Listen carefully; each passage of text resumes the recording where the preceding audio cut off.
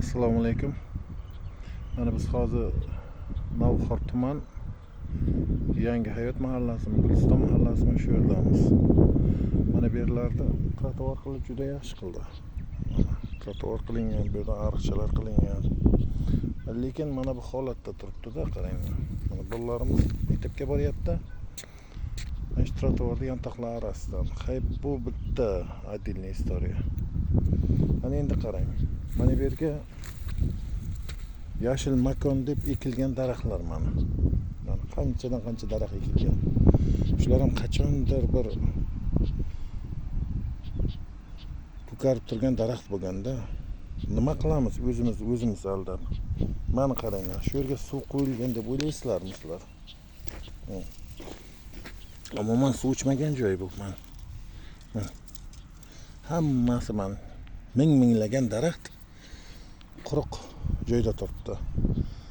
Bu agar sug'orilmaydigan bo'lsa, ekib nima qiladi? Ekib nima qiladi sug'orilmaydigan bo'lsa?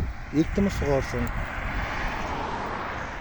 Bu Lochin Obloqulov hokimidir, Navbahor tuman hokimi. O'sha vaqt ekilgandi menimcha, ko'karmadi.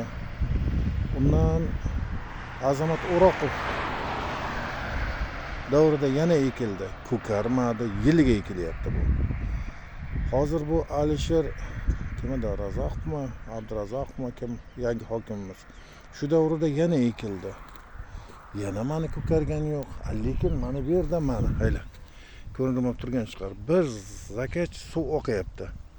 Shu yerga bitta nasos qo'yib sug'orsa bo'ladi-ku. Nimaga qilmaydi shuni? Mana hozir bu yerlarda yantoq nimalarni chopish, obodonlashtirishga menimcha. Trotuarlar tozalash. Rossiyada men ishlaganman, bitta bozorda 20 ta dvornik bordi. Ko'cha tozalaydigan. Shu obodonlashtirishda ishlaydigan. Hozir Navbahor bo'yicha bilmayman nechta bor. Bular qayerdan o'sib ketsin? Ish kuchini ko'paytirsan, chunki hudud katta. Mana bunday holatda yotmasin bu. Buni qarg'ishi hammamiz uradi ertaga. Bitta masalan, boya sanab o'tgan hokimlarni emas, hammamiz uradi, o'g'aylar. Mana shu holat bo'lib yotdi.